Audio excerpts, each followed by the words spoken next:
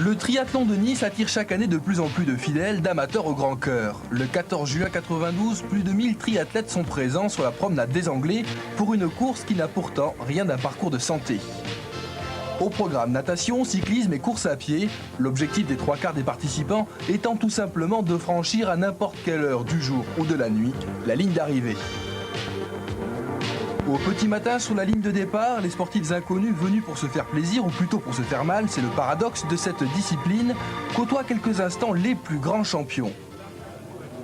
Des professionnels endurcis comme l'américain Mark Allen, 6 fois champion du monde, le roi du triathlon depuis bientôt une décennie. Il est bien sûr avec le dossard numéro 1, le favori de son 11e triathlon de Nice. Hi everybody, Ross here, and this is episode 14 of the Streak podcast. As it's the Ironman World Championships for men in Nice this Sunday, we are doing a Nice Triathlon episode today, talking a bit about how the race started in 1982, but more particularly about the classic 1992 edition. And today I'm also introducing a new, and hopefully as often as possible, co-host, my brother Luke, coming to you all the way from Newbury in the UK. And like me, 30 plus years in the sport. Hi. So when was your first triathlon, Luke? 30 plus years ago. Oh, 30 plus years ago, I suppose. The first one was Iron Kids. Iron Kids, when you could bandy iron around as much as you liked. 1989, I think. Yeah, Iron Kids. Lingfield. Yeah, short distances, but yeah, good race. And you won. I did win, yeah. I'd let you say that, not me. And when was your last triathlon? Well, the last triathlon was Roth in Germany. Well, probably not the race I wanted, but the race I think I deserved with the amount of training I did. No, it was good. It's a nice day. It was a good day. A couple of dark moments, but as you do in these longer races. But yeah, had fun in the end. Finished with a smile on my face. Enjoyed it. Yeah. And an epic spectating day for me, I'll tell you that. yeah. Thank you. I had a very good support crew that day. It was awesome. And last quick fire question, do you have a particular favourite triathlon history period?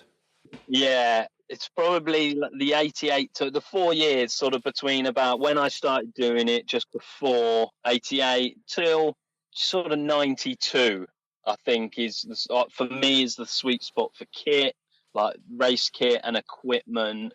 Yeah, that's the years I sort of hark back to, that era really. Awesome. Luke is going to come back at the end of the show to talk about the 1992 Nice video that I've embedded in the show notes. It's in French, but there's plenty of visual stuff to enjoy. We've each prepared a few things that viewers should be looking for when they watch it.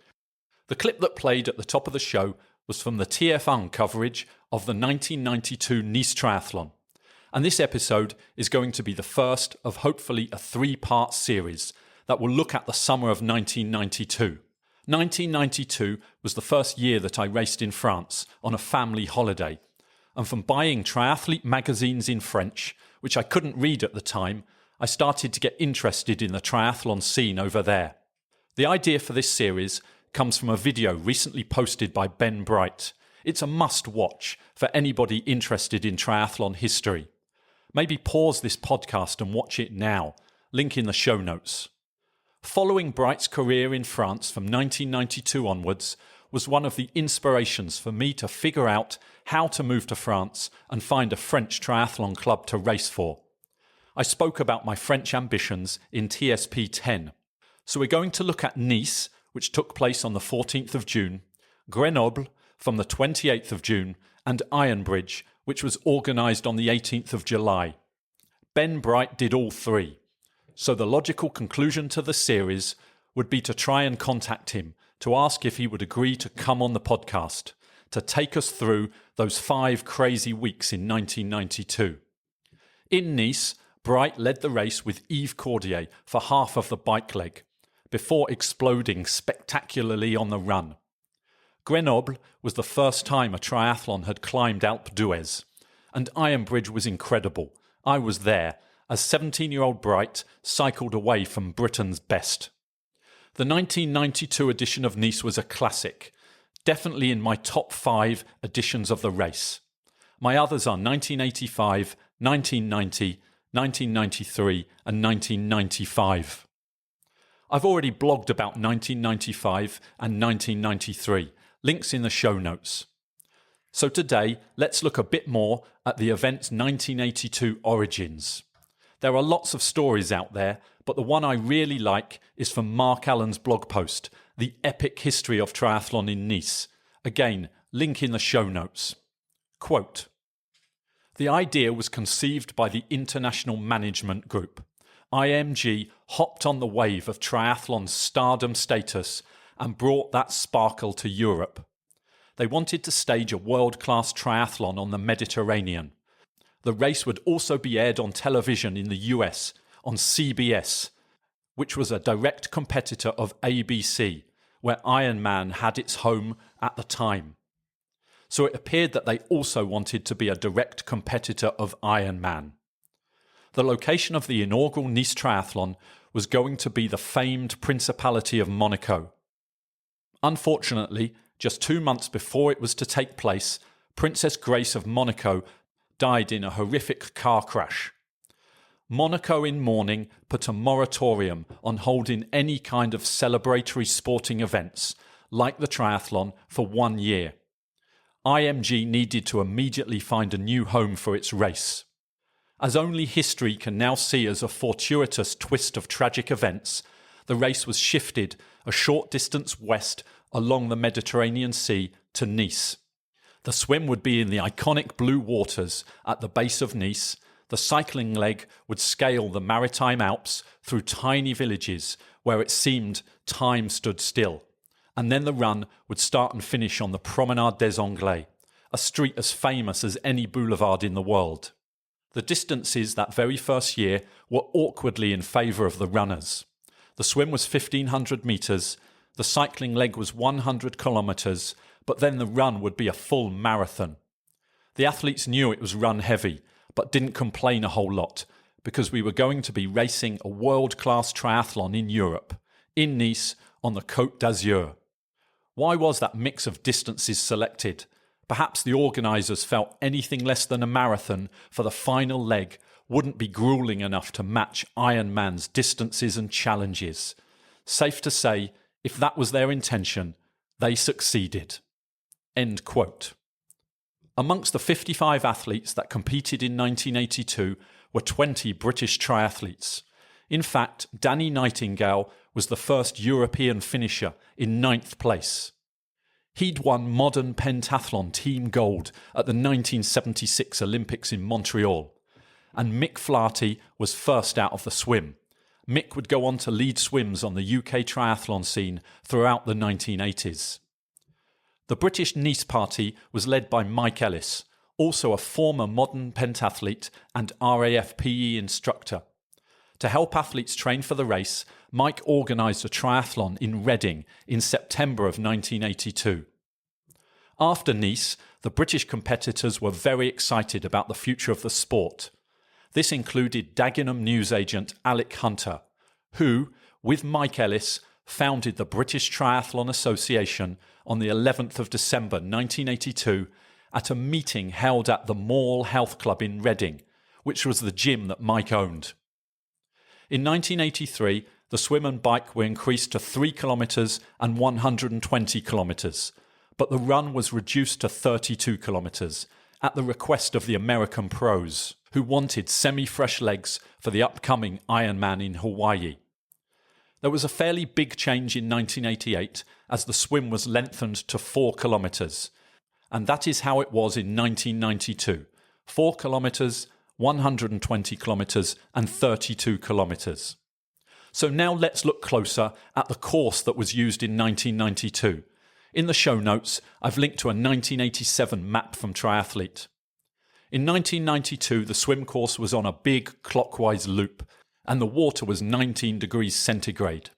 The map from 1987 shows that an anti-clockwise loop was used that year.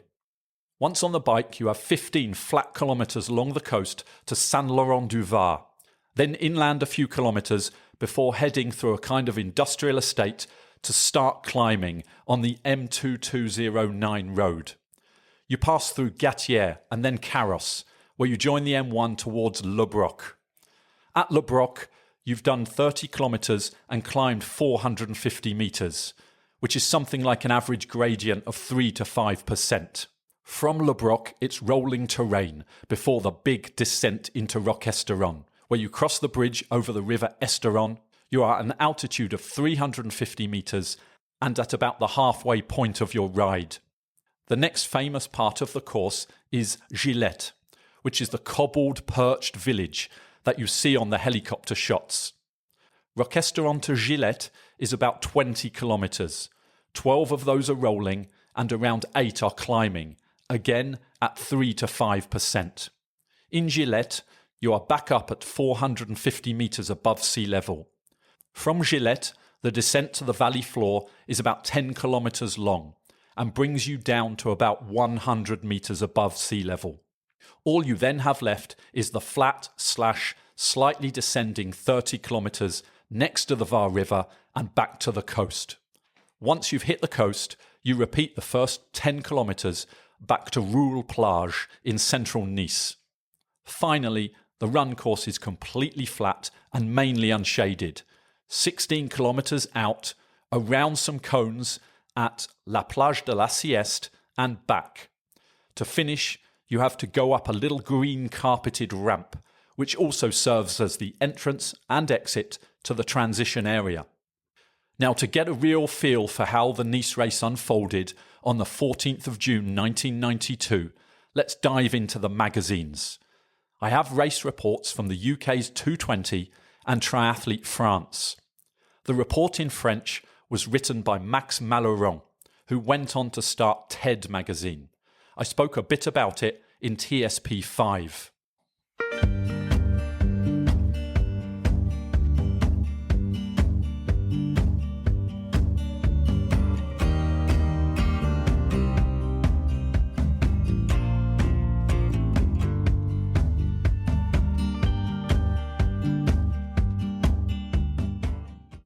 We believed, truly believed, until the end of the promenade, that the child from this very coast was going to do the impossible and beat Mark Allen on his favourite terrain, the place where he first showed his talent with his first of 8 wins in 1982. The dream started to take shape with the very first pedal strokes. At the time check, on La Côte de Broc, near the 30-kilometre point, Cordier, racing for Monaco, passed through in the lead. And Cordier was accompanied by a young athlete, Ben Bright, racing for Macon, who rode hard, seemingly without a care for the occasion or the distance. There were significant gaps to the favourites: 150 over Wolfgang Dietrich, 5 minutes to Rob Burrell, Nick Croft and Mike Pigg, and astonishingly 7 minutes to 8-time winner Mark Allen. Kind of unexpected, especially as all these guys had come out of the water pretty close together. And traditionally, being in the lead on the bike at Nice is Dietrich's job. Some of Mark's gap to the lead could be explained by a bad swim due to the effects of a broken clavicle earlier in the year. But more astonishingly was that he didn't look great on the bike either. Here's a quote. "I was swimming with Pig and Burrell, but they were going too quickly for me. Even if we came out together, I'd use way too much energy in the adventure. Then at the start of the bike, I had really sore legs. No force, no power. That's when I started thinking, it's over. What will happen if I finish 10th or 15th? With all the friends that had travelled to see me race, I was convinced that I couldn't win." With a 7-minute lead over Allen, Cordier could maybe start thinking that this was the one, the day when his breakaway would stick and he might win, or at least go very, very close. Here's Yves. "When I learnt of the time gaps, I didn't start dreaming of any extraordinary outcomes. Au contraire, I listened to my body, focused on my pedaling technique, my position on the bike, and the trajectories through the corners. I was never pushing my limits, and overall I felt very good." So good, in fact, that after Roc Esteron, the halfway point, and still in the company of Bright, the advantage had grown. 4 minutes 25 to Pig, 4:46 to Dietrich, 5:30 to Burrell, and more than 9 minutes to Allen. The dream was still alive. But Cordier, who used to race for Nice, knows the local terrain very, very well and understands that the hardest is also yet to come. Here's Yves again. Usually it's between Roquesteron and Gillette that I lose a good chunk of my lead. The rest of my day, therefore, depends on how I handle this 30-kilometre section. But maybe having Ben Bright with him this year was good news. In previous editions, Cordier had spent the first 60 kilometres alone, trying to catch Dietrich, that he usually did near Roquesteron, to then lead the race while the others worked behind, let's say in coalition. But today the regrouping of the favourites didn't happen. The pursuit was a loyal/legal one, and having the young Bright with him provided maybe more of a psychological than physical assistance, even though they kept a legal drafting distance, constantly surveyed by race officials. They each took their turn at the front. Maybe more to try and break the other than cooperate. But whatever, a group of two is better than being alone. But the Australian, maybe still a bit young and inexperienced for such a distance, started to lose touch on the climb to Pierrefeu. After losing 50 or so metres to Cordier, Bright managed to get back on. But on the fourth time, the elastic broke. The beautiful pedalling style was gone, and by T2, Ben Bright was 11 minutes behind Cordier, before being taken off the run course and straight to hospital. Should he even have been allowed to take these risks by starting such a long race? So, unlike previous years, Cordier had not lost any of his lead in the second half of the bike. But Mark Allen also hadn't lost any more time and was looking much better in the last 30 kilometres. Here's what he said. When I hit the last climb, the last descent, and then the flat bit into town, I thought, maybe, with a 10-minute deficit, I could finish second or third, behind Yves and Rob. When Mark arrived in transition, the countdown started. What had his mid-course slump cost him? 9 minutes. But at least it was only 9 minutes. Cordier knew now that it was going to be close, very close. But between these two, Pig was at 5 minutes, and Borel and Dietrich at a little over 6. I did some quick calculations, said Yves Cordier. If Alan ran as fast as he usually does, around 1:54 for 32 kilometres, I needed to do at least 2:03 to take it. It was possible, but I was really hoping that Mark wasn't going to find that normal form. The first time check at 5 kilometres gave Yves some hope. The American had only pulled back 10 seconds per kilometre. Strong running, but continuing at the same rate wouldn't be enough. But for the 3 times Ironman champion, these kilometres were maybe just a warm-up after 4 hours of semi-lethargy, digesting the day's starter. That was a little too generous. Mark. Even during the most difficult moments, I always try to stay positive. I never had negative thoughts. I know from experience that the triathlon is a long day. Even after the bike, I was still convinced that Yves or Rob would win.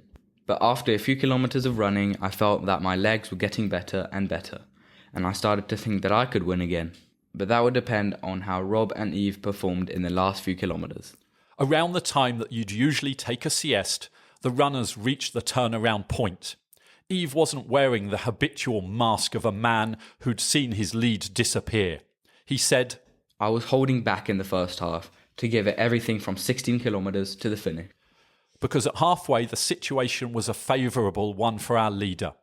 Borel had only gained 1 minute 25, and although Allen had taken 3 minutes, he still had another 6 to find. Even the most timid of gamblers still had money on Yves. But had the bookies poorly assessed the running qualities of the triathlete from San Diego? Up to the turning point, he'd only been in 5th gear. Now was the time to hit the turbo. 3 kilometres later, he's with Borel, and 4:50 behind Cordier. And there's still 13 kilometres to go. The maths still says it's Cordier's race, but his challenger keeps accelerating, and as soon as he sees him, Allen's cadence quickens. As soon as I could see the troop of cyclists that had gathered around Yves, I knew that victory was possible. But I was scared that I might not be able to pass, as the group was so big, or that someone might stop me from passing. With less than 3 kilometres to go, the odds were still in favour of the Frenchman, as his 1 minute lead should be enough, right? Yet, just inside the final kilometre, the guy who'd animated the race for most of the day is struck down where he stands. It was like in a nightmare, said Eve. Mark passed me at an incredible speed. I hardly had the time to notice. Actually, I didn't really think he was that close. And it was right at the time I was getting ready to run the most important kilometre of my life. The last 3 kilometres of Nice in 9:30, unheard of. But Mark also had plenty of compliments for Eve. I went by him as fast as I could, because I'd never run with Eve at the end of a race, and I feared what he might be able to do in a sprint. This is the best race of my life, because it was the hardest. Even harder than Hawaii in 1989, when I beat Dave Scott for the first time. Unfortunately, Triathlete gave the women's race only 2 paragraphs, after 5 pages of covering the men. Here's the translation. It looked like Paula didn't really push herself, and yet nobody, it seemed, was capable of stopping her winning. To balance out her 4 wins in Hawaii, newbie Fraser now has 4 victories on the Côte d'Azur. She had the fastest bike and run times, and she finished nearly 20 minutes ahead of Donna Peters in second. Sylviane Pontus was third. The return of the Pontus sisters to triathlon was marked by a new tactic, not spending most of the race together. Patricia was only 6th. In terms of the French athletes, the women, even more than the men, were saving themselves for the national short course championships in Toulouse. This was a shame, as the Mouton twins could have shaken up the ageing peloton.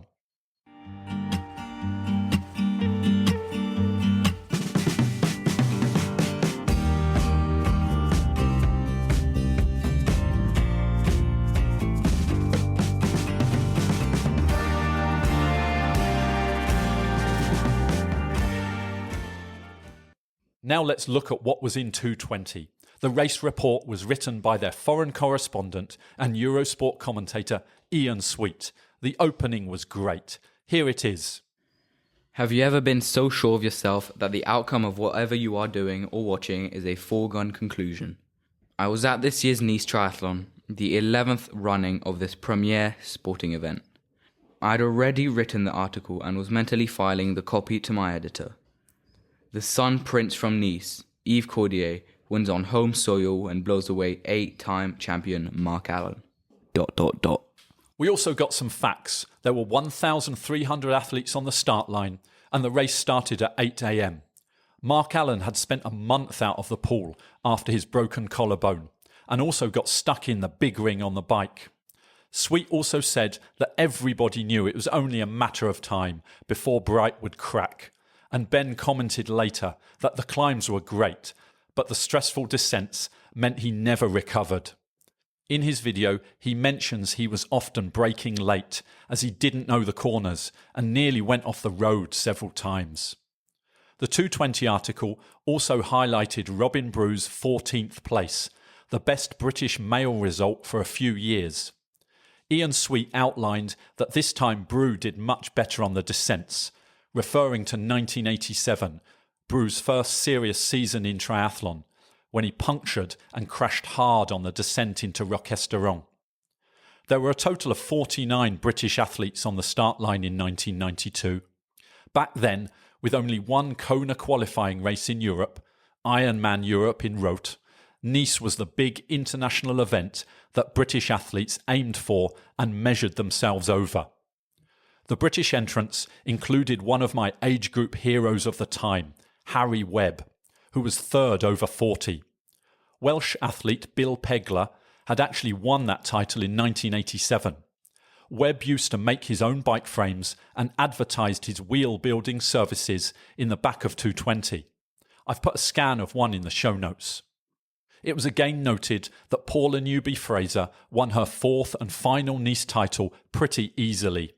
She even did a radio interview for Europe 1 while running.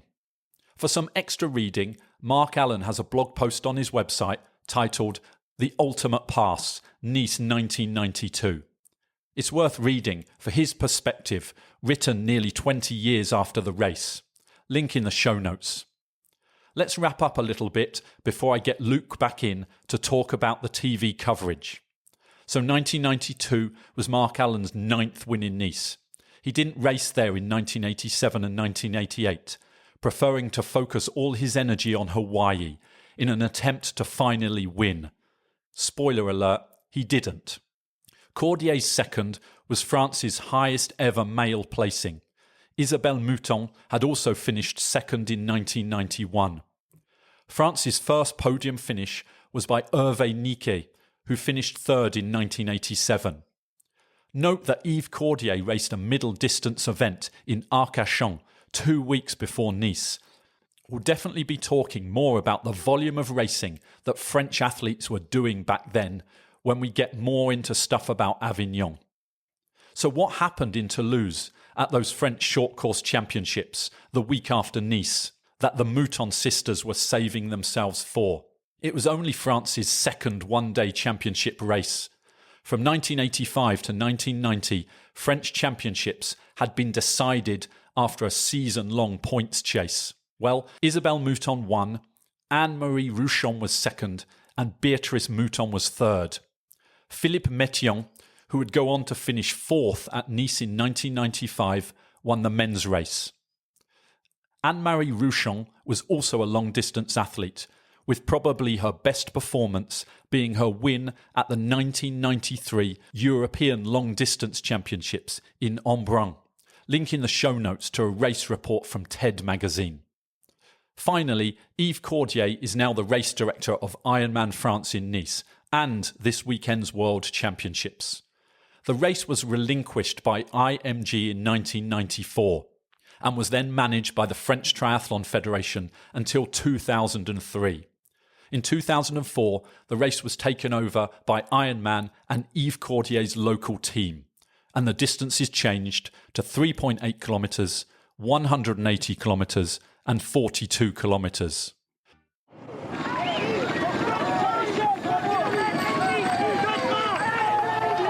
Malgré les encouragements des Niçois, l'avance du Français fond. À 5 km de l'arrivée, l'écart n'est plus que de 3 minutes. À 2 km de l'arrivée, il n'est plus que de 22 secondes.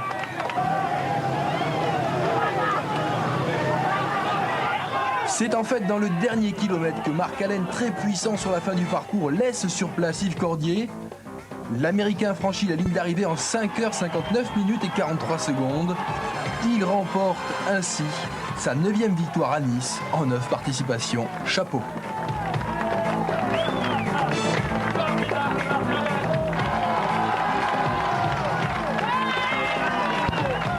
Cordier, auteur d'une très belle course, termine deuxième à plus d'1 minute de Mark Allen. Now Luke's back with me to discuss the video. Like I said before, it's embedded in the show notes at thestreakpodcast.com/podcast/14. So let's get into it. We'll take turns discussing our highlights. You can go first. Right. The first one I got on my list are the distances. The distance of the Nice Triathlon back then was, while still long, manageable. And I sort of latch on to sort of strange things, but I like the idea that with these distances, the everyman can finish and still have time to get out for a drink in the evening, enjoy post-race. Whereas I think your average to not average triathlete now doing an Ironman, once you've finished, that's your day gone. You can't experience any more of the race. You're just looking to get back to your hotel so you can wake up in the morning. But with these dialed back a bit, it means you could probably do more than one a year, couple a year. Absolutely. But you can also make more of the day. You can enjoy the race as the race as well as the racing. Obviously, coming from a swimming background, I enjoy the fact that the swim is a slightly larger proportion of the race. Yeah, and the swim at Nice was just a really fair swim. You went right out to sea.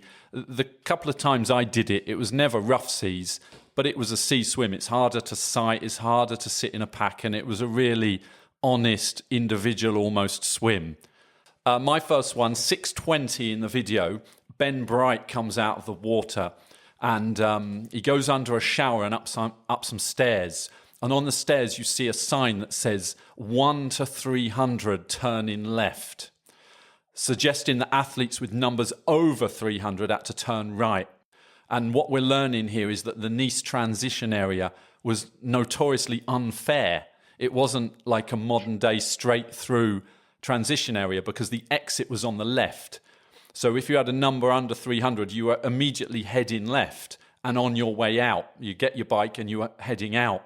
Whereas if you had a number over 300, you were turning right, and you could have to run 100 meters or more to get your bike, that then you had to U-turn and come back. So not only did you lose time at T1, but you lost time at T2 because you had to do the whole thing in reverse. Not only was it unfair because it wasn't straight through, but the transition area was huge. So losing minutes on the people that were ranked under 300. Yeah, because then when you watch it later on, the leaders like Alan and that, they barely like pop into the transition at all, do they? They're about a meter into it and then turn around and go back out the other way. So Mark Allen was always parked first, so right next to the kind of start-finish gantry thing, and he was out immediately. Whereas even if you were a decent pro athlete, you might be 50 meters right of him. So that's doing an extra 200 meters because you're doing 50 meters 4 times. Yeah. So that's obviously something you don't see anymore because all transition areas are straight through. You come in one way and you leave the opposite end for the bike and the run.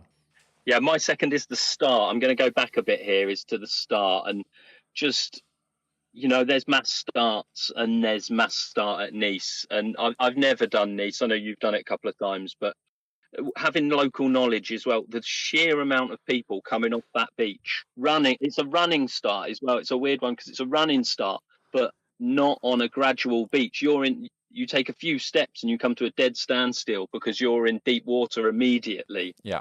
Whereas if you get a gradual beach, you sort of head out running a little bit further and you get a little bit further before you hit the sort of, you slow down before you become from a runner becoming a swimmer, and you slow down. Whereas this is bang, you're in it, and there's a lot of people. My second one, the 6:30 mark, is British athlete Robin Brew, who I've actually mentioned earlier, and he's riding out of transition. So back then, you used to ride in and out of transition, and in Nice, that meant bumping over this kind of green carpeted raised section. He'd led the swim with Wolfgang Dietrich, Ben Bright, and Rob Mackle. And you can see he's also wearing some iconic kit and equipment from 92. He's got the Dave Scott signature in-sport clothing. He's on a Sirota. He's got Syntace bars, grip shift, head disc wheel. And this is something I had to look up. In 92, he was sponsored by Thai Fu Tea. In the 2 previous years, he was obviously sponsored by Fresh Brew, Robin Brew, Fresh Brew Tea. It's a good link up that to use your name like brilliant. That, really. Brilliant. And going back through old 220s, the ads were great. I mean, they were simple. It was him with his kit and his bike, but they were full-page ads. And they were, both of them, I think, Fresh Brew and Robin Brew, were just celebrating, crikey, isn't this a great link-up, the brew thing? And just brewing. Yeah, and I can only assume that Thai Fu is the same company. He's not jumped teas, has he? No, it's got to be. It's just they've rebranded, haven't they, or a different brand they've tried to promote through him. Yeah, but I like the idea of an agent trading off tea companies for Robin Brew's shirt space. Yeah. Anyway, it's a good look. He had a good race. He got 14th, the best British male performance for a few years, and he had the great kit. And he's riding out of the park, which is one thing I would love to see come back. Riding in and out of the bike park. It never will. No, it would be chaotic, I would imagine. Right, I've got at 5:10, the chaos in the swim. But it's what the French do quite well. I suppose it's just general Euro sport. But I think with French production, is the montage. And it was, I think at 5:10, is a bit of a montage of the swim with some classical background music. And it's just crazy. This is going on from the start. That, as you say, the start's like 50 to 100 meters wide, and the swim remains that wide most of the way till the first buoy. And And then the sheer amount of athletes trying to get round that first buoy is chaotic. Yeah, some of the shots are good from the swim where they've got cameramen in the water, underwater. I think at one point a kayaker makes a deliberate attempt to sort of block off shortcuts round the buoy. Like people that are thinking, I won't cut much off, but I will avoid a smash around the head. And he appears to say no, monsieur. You're going round it with everyone else. So 8:05, this is two things. It's sort of like how triathlon has changed, but it also shows how hot this race was going to be. They're on their bikes and they're going along the coast, and there's about 10 kilometres of coast road before they turn right inland. And Yves Cordier really shows us what his motivation was. He goes between a motorcycle and Dietrich, so there's barely any room. Then he slingshots off Rob Mackel. He rides right up behind him, again goes left of him, before he goes right of Robin Brew. So, I mean, you couldn't do that now. That would be a DQ. Then he finds himself behind Bright. Bright and Cordier lead the race for sort of 60, 70k together. Just the difference in speed between Cordier and everybody else that essentially says the race is on and it's going to be me and Ben out front. Yeah, I've got a timestamp of 8:05 as well, so it's obviously a bike thing. But I've just sort of it must be at that point where there's a lot of bikes happening at once. I just love the bikes from this period. That they're certainly of a time.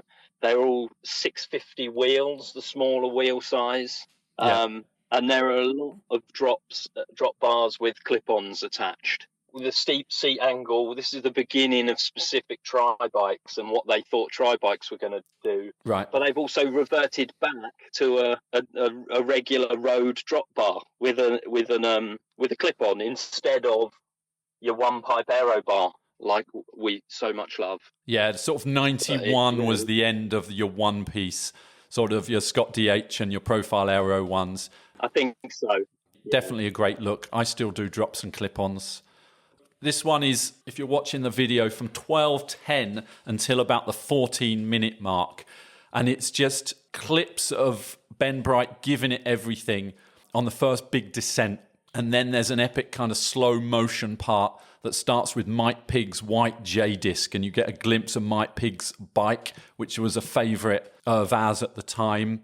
And then you see Cordier and Bright cross the bridge at Roquesteron, which is kind of an iconic part of the course, and that's about halfway, so that's after the big descent. And then finally, another cool part of the course is the road to Gillette. So Gillette is the village, the sort of perched village that you see in the helicopter clips.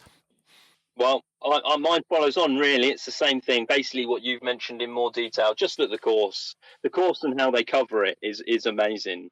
It's just a great course with their riding these valleys and these roads that are sort of stuck to the side of the hills and things like that. Yeah, and the shots of the top guys just racing hard. It's really good. So my next one is on the run. We're onto the run, and it's 19:25 it starts. And we see Cordier just after the turnaround with 16 kilometres to go. And he gets some encouraging splits from his brother, Jean-Gabriel, who was himself a pretty decent triathlete. And he's thinking that it's possible to hang on. And in a quote that I think I've gone through earlier, he says that he was saving everything for the last 16K. So it's 16K out, 16K back, and he was really going to push it on the way back. Then at the 20:25 mark, we see Jean-Gabriel again. It's hard to make out, but he's yelling something like, "Tu dois gagner, you must win, you have to win." Because then it's looking a lot less likely that he's going to do it. Well, spoiler alert, he doesn't. The mullet is going to get him. Yeah. He absolutely doesn't do it. But it's just funny seeing his brother yelling at him. And the second time, he is really animated. And they've both realised that it's not happening, I think. Even though there's still quite a long way to go, the calculations just weren't adding up anymore. Whereas for 16K they were. Alan was gaining, but he would still possibly have enough. I've got a couple of points. They're together really, but they're two key points where I like to think that they're natural, but they might be a little bit of like artistic flair from the French producers. But at 15:10, there's a guy on the bike course that's just he's not quite spectating. He's up against some mountain wall doing watercolors. He seems to be painting the view with his back to the race. Yeah, but I think it's an artistic, a bit of artistic license from the producers there to get something sort of atmospheric in. And then the other thing, which I think was more spontaneous, is there's a guy at 18:20, and we laugh at the people that used to race in speedos. Well, 18:20, there's a guy spectating in speedos, just steps off the beach to give the guys a few cheers, and then probably back to the beach in his speedos. But very of the time. There's another bit, I haven't time-stamped it, but the camera kind of approaches behind a parent and a baby, and they kind of frame the shot with a baby's head, similar to the sort of watercolours guy. And when I was watching that, I was thinking, nowadays, after a race on television, people are like, where was the power data? Where was the heart rate? Where was the time gaps? And I just want more watercolours and babies' heads, really. I want that kind of stuff to come back. Yeah. No, you want them to go arty. I'd like a few more arty presentations in triathlon. So my last one is 2040. The huge pack of bikes that used to follow the lead runners. And it wouldn't happen now. I'm guessing it couldn't happen now with looped courses and thousands of age groupers. But it was definitely a thing in France. I've never seen it in the UK. It was especially a thing in Nice. It's on every single Nice video, I think. Yeah, there was always a huge entourage, wasn't there? But you say you don't see it anywhere else. But anyone that watched the footage from the UTMB ultra race in Chamonix over the weekend, I don't know if you saw any of that. But when Courtney Dauwalter was coming down the final 5K, the camera span round to the people behind her at one point, and there was 50 people behind her, like about 2 meters behind her, several in front, which were causing a bit of chaos, but there was easily 50 people just following her in, like in a procession. I don't know if that was great or not. On the trails, it seemed like they were taking up quite a bit of room. On the Promenade des Anglais, there's quite a bit of room to spread out and stuff. Yeah, iconic scenes. Yeah, some people would say that was out of order. Some would say bringing back a great tradition from Nice. Thanks, Luke. That was awesome. We'll get you back as soon as we can. Maybe another Nice watch-along or some chat about old bikes and equipment. Awesome. Thank you. Yeah, would love to. Show notes for this podcast episode can be found at thestreakpodcast.com/podcast/14. Thanks to my son, Elliot, for providing the voices of Eve, Mark and Ian. And as always, if you've got a question, a correction, some extra historical information, or just want to say hi, you can email me at thestreakpodcast@gmail.com. I look the other way. I don't see how it's gone.